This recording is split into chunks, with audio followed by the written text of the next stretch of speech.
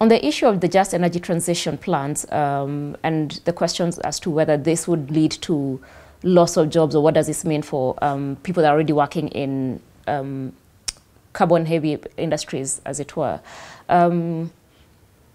it's definitely not a very straightforward question. Of course, there's been questions, for example, when you look at South Africa and the JET-P plan there. South Africa, as you may know, is very heavily coal dependent. About 70% of the energy from in South Africa comes from coal mines.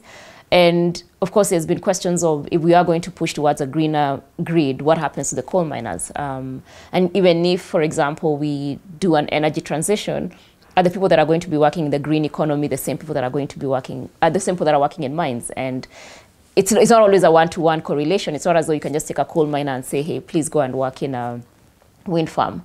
And so I think it's not a very easy question, but it's something that has to be looked into.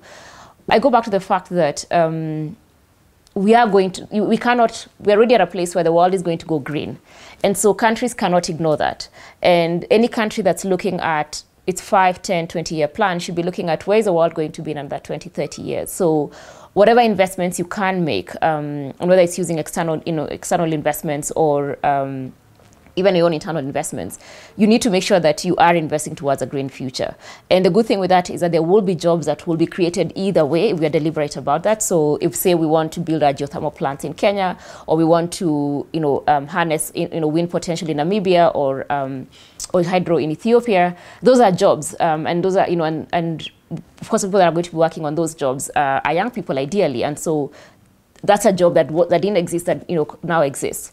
As to the people that are working in fossil industries, I don't think the fossil industries will die tomorrow. It's not something that's will stop existing in the next year or two.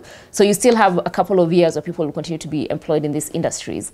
But the question is, how do you have a just way that either you're transitioning them to new jobs or helping them acquire other skills, or just providing them with a safety net of sorts that allows them to have a softer landing, as it were, to go either into a new industry or to have to retire because their jobs have been made redundant.